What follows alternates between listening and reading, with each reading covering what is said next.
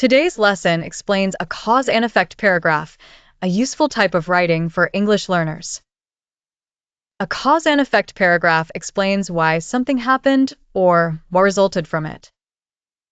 The cause is the reason an event happened, and the effect is the result of that event.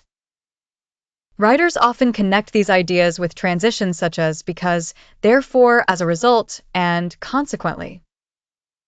For example, if a student studied hard, the cause is the studying, and the effect is a better test score.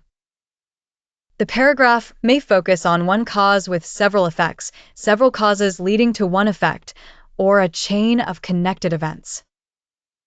To write clearly, begin with a topic sentence that names the main event or situation. Then explain the causes or effects in logical order, using clear details and transitions to guide the reader. The language should show the relationship between ideas, not just list facts.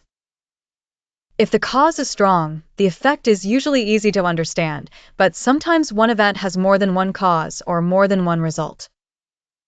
In reading practice, look for signal words that show reason, result, or consequence.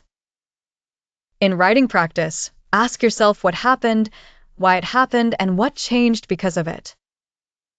A strong cause and effect paragraph helps the reader follow the logic of events and understand connections in a simple, organized way.